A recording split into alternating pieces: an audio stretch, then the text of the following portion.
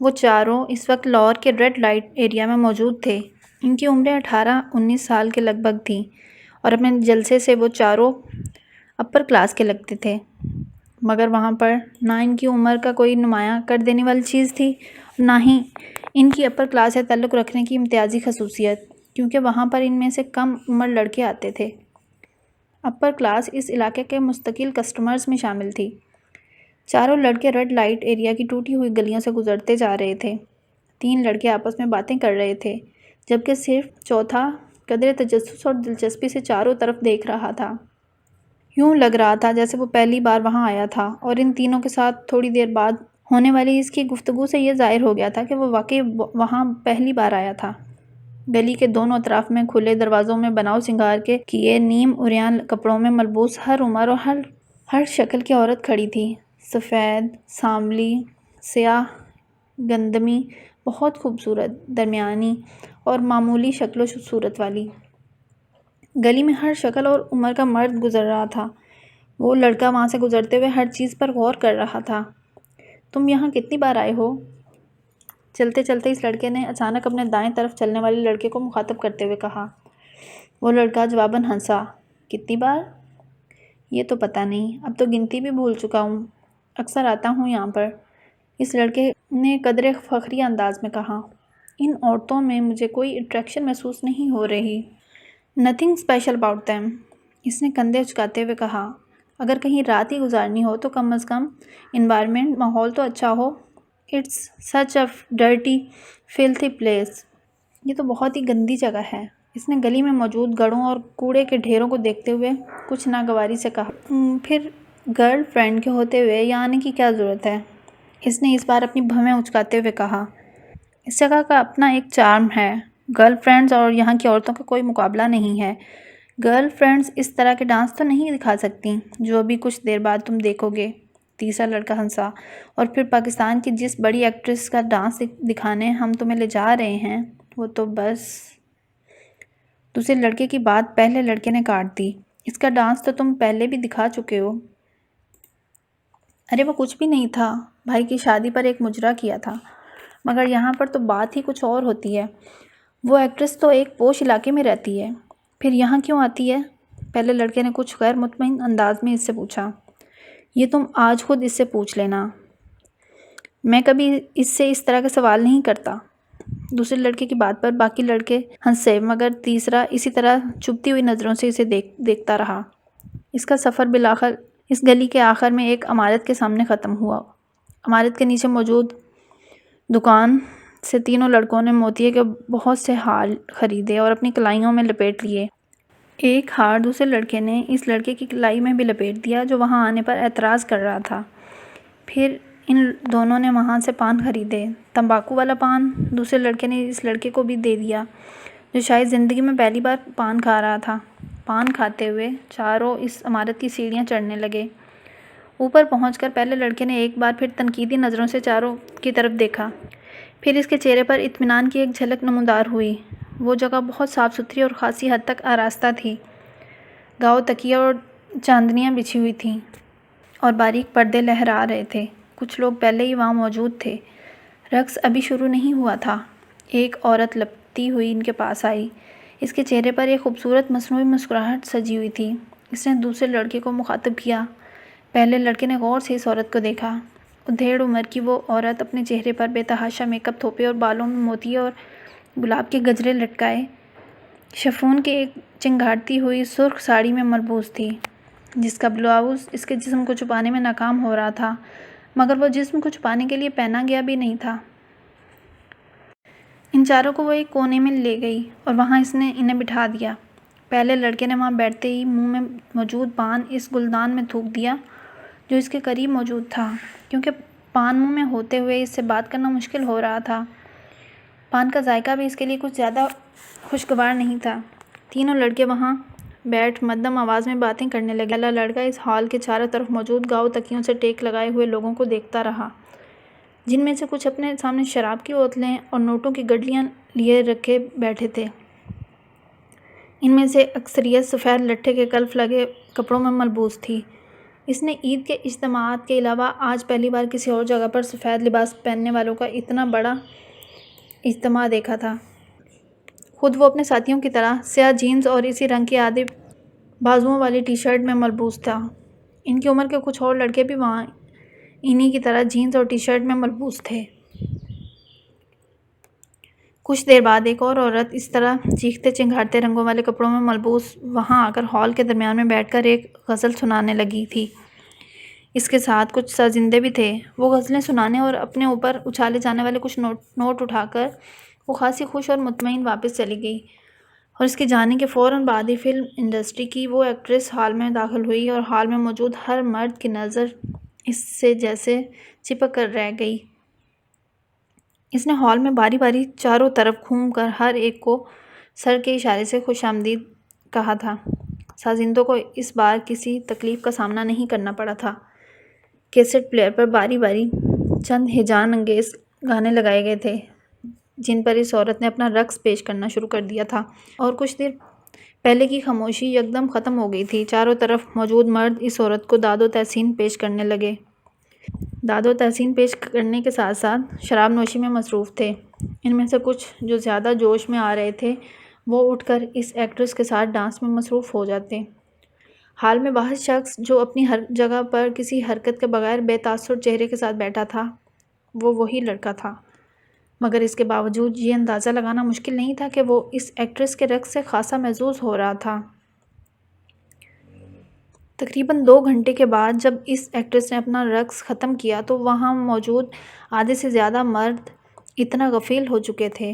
واپس گھر جانا ان کے لیے مسئلہ اس لیے نہیں تھا کیونکہ ان میں سے کوئی بھی گھر جانے کا ارادہ نہیں رکھتا تھا۔ وہ سب وہاں رات گزارنے آئے تھے۔ ان چاروں نے بھی وہاں رات گزاری۔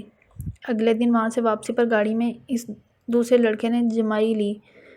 جمائی لیتے ہوئے پہلے لڑکے سے پوچھا، جو اس وقت لاپرواہی سے گاڑی سے باہر دیکھنے میں مصروف تھا، کیسا رہا یہ تجربہ؟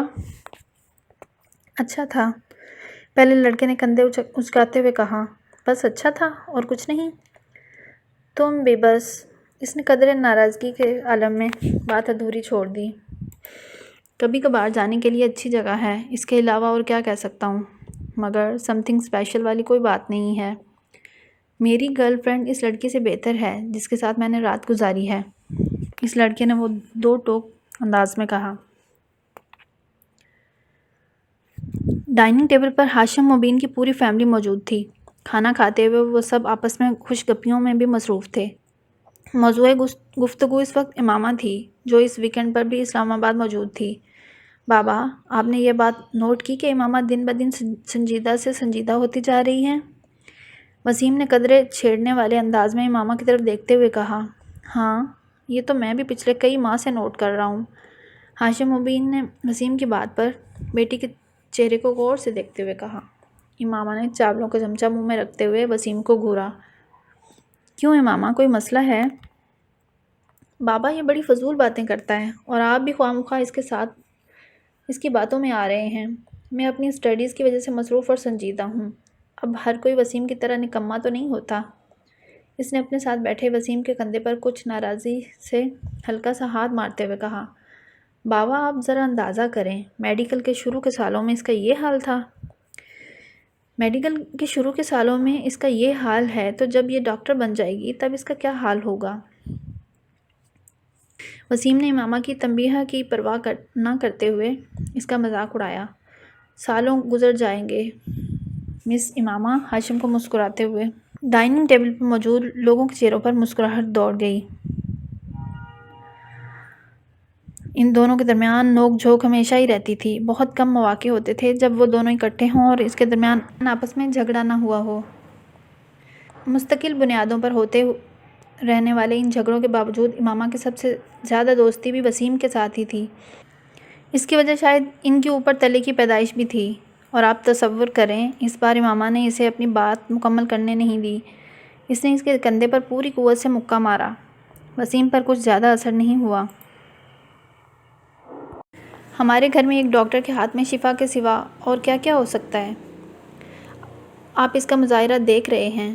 اس سے آپ یہ اندازہ بھی لگا سکتے ہیں کہ آج کل کے ڈاکٹرز وارڈ میں مریضوں کے ساتھ کیا سلوک کرتے ہوں گے۔ ملک میں بڑھتی شرح مواد کی ایک وجہ۔ بابا اس کو منع کریں، امامہ نے بالآخر ہتھیار ڈالتے ہوئے ہاشم مبین سے کہا۔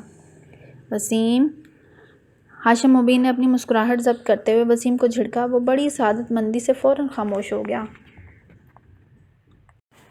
اس نے پورے لفافے کو گرائنڈر میں خالی کر دیا اور پھر اسے بند کر کے چلا دیا۔ چھوٹے صاحب لائیں میں آپ کی مدد کر دوں۔ وہ اس کی طرف بڑھا مگر اس نے ہاتھ کے اشارے سے اسے روک دیا۔ نہیں، میں خود کر لیتا ہوں، تو مجھے دودھ کا ایک گلاس دے دو، اس نے گرائنڈر آف کرتے ہوئے کہا۔ خان سامہ ایک گلاس میں دودھ لے کر اس کے پاس چلا آیا۔ دودھ کے آدھے گلاس میں اس نے گرائنڈر میں موجود تمام پاؤڈر ڈال دیا اور ایک چمچہ سے اس طرح ہلانے لگا، پھر ایک ہی سانس میں وہ دودھ پی گیا۔ کھانے میں آج کیا پکایا ہے تم نے؟ اس نے خان سامہ سے پوچھا۔ خان سامہ نے کچھ ڈشز گنوانی شروع کر دیں۔ اس کے چہرے پر کچھ ناگواری ابھری۔ میں کھانا نہیں کھاؤں گا، سونے جا رہا ہوں، مجھے ڈسٹرب مت کرنا، اس نے سختی سے کہا اور کچن سے نکل گیا۔ پیروں میں پہنی ہوئی باٹا کی چپل کو وہ فرش پر تقریباً گھسیٹ رہا تھا۔ اس کی شیو بڑی ہوئی تھی اور آنکھیں سرخ تھیں۔ شرٹ کے چند ایک کے سوا سارے بٹن ہی کھلے ہوئے تھے۔ ایک کمرے میں جا کر اس نے دروازے کو لاک کر لیا اور وہاں موجود جہازی سائز کے میوزک سسٹم کی طرف گیا اور کمرے میں بولٹن کا "when a man loves a woman" بلند آواز میں بجنے لگا۔ وہ ریموٹ لے کر اپنے بیڈ میں آ گیا اور اوندے منہ بے ترتیبی کے عالم میں لیٹ گیا۔ اس کا ریموٹ والا بایاں ہاتھ بیڈ سے نیچے لٹک رہا تھا اور مسلسل ہل رہا تھا۔ اس کے دونوں پاؤں بھی میوزک کے ساتھ گردش میں تھے۔ کمرے میں بیڈ اور اس کے اپنے حلیے کے علاوہ ہر چیز اپنی جگہ پر تھی۔ کہیں پر کچھ بھی بے ترتیب نہیں تھا، کہیں پر گرد کا ایک ذرہ تک نظر نہیں آ رہا تھا۔ میوزک سسٹم کے پاس موجود دیواری شیلف میں تمام آڈیو اور ویڈیو کیسٹس بڑے اچھے طریقے سے لگی ہوئی تھیں۔ ایک دوسری دیوار میں موجود ریکس پر کتابوں کی ایک بڑی تعداد موجود تھی۔ کونے میں پڑی ہوئی کمپیوٹر ٹیبل سے عیاں تھا کہ اسے استعمال کرنے والا بہت آرگنائزڈ ہے۔ کمرے کی مختلف دیواروں پر ہالی ووڈ کی ایکٹریسز اور وہاں کے بینڈز کے پوسٹرز لگے تھے۔ باتھ روم کے دروازوں اور کمرے کی کھڑکیوں کے شیشوں کو پلے بوائے میوزک سے کاٹی گئی کچھ ماڈلز کی نیوڈ تصویروں سے سجایا گیا تھا۔ کمرے میں پہلی بار داخل ہونے والا دروازہ کھولتے ہی بہت بری طرح چونکتا، کیونکہ بالکل سامنے کھڑکیوں کے شیشوں پر موجود وہ تصویریں چند لمحوں کے لیے دیکھنے والوں کو تصویریں نہیں بلکہ اصل لڑکیاں نظر آتی تھیں۔ ان تصویروں کا وہاں لگاتے ہوئے ترتیب کا خاص خیال رکھا گیا تھا۔ میوزک سسٹم جس دیوار کے ساتھ موجود تھا، اس دیوار کے ایک کونے میں دیوار پر ایک الیکٹرک گٹار لٹکایا ہوا تھا۔ اسی کونے میں ایک کی بورڈ بھی اسٹینڈ پر رکھا گیا تھا۔ دیوار پر گٹار سے کچھ فاصلے پر پکولو، فلوٹ اور اوبوے بھی لٹکائے گئے تھے۔ اس کمرے کے مکین کو یقیناً میوزک سے گہری دلچسپی تھی۔ بیڈ کے بالکل سامنے والی دیوار میں موجود کیبنٹ میں ٹی وی موجود تھا اور اسی کیبنٹ کے مختلف خانوں میں مختلف ٹرافیز اور شیلڈز پڑی ہوئی تھیں۔ کمرے کا چوتھا کونا بھی خالی نہیں تھا۔ وہاں دیوار پر مختلف ریکٹس لٹکے ہوئے تھے۔ ان میں سے ایک ٹینس کا تھا اور دو اسکواش کے۔ ان ریکٹس کا دیوار پر لٹکانے سے پہلے نیچے پوسٹرز لگائے گئے تھے اور پھر ریکٹس اس طرح لٹکائے گئے تھے کہ یوں لگتا تھا کہ وہ ریکٹس ان کھلاڑیوں نے پکڑے ہوئے ہیں۔ ٹینس کے ریکٹ کے نیچے لیلا سبارٹینی کا پوسٹر تھا، جبکہ اسکواش کے ایک ریکٹ کے نیچے جہانگیر خان کا پوسٹر تھا، جبکہ دوسرے ریکٹ کے نیچے روڈنی مارٹن کا۔ کمرے میں واحد جگہ جہاں بے ترتیبی تھی وہ ڈبل بیڈ تھا جس پر وہ لیٹا ہوا تھا۔ سلک کی بیڈ شیٹ بری طرح سلور زدہ تھی اور اس پر ادھر ادھر چند پورنوگرافی کے غیر ملکی میگزین پڑے تھے جن میں پلے بوائے نمایاں تھے۔ بیڈ پر ایک پیپر کٹر اور کاغذ کی کچھ چھوٹی چھوٹی کترنیں بھی پڑی ہوئی تھیں۔ کچھ دیر پہلے وہ ان میگزین سے تصویریں کاٹ رہا تھا۔ چوئنگمز کے کچھ ریپرز بھی توڑے مڑے بیڈ پر ہی پڑے ہوئے تھے۔ ڈن ہل کا ایک پیکٹ اور لائٹر بھی ایش ٹرے کے ساتھ بیڈ پر ہی پڑا تھا، جبکہ سلک کی سفید چمکدار بیڈ شیٹ پر کئی جگہ ایسے نشان تھے جیسے وہاں پر سگریٹ کی راکھ بھی تھی۔ کافی کا ایک خالی مگ بھی بیڈ پر پڑا ہوا تھا اور اس کے پاس ایک ٹائی اور ریسٹ واچ بھی پڑی تھی۔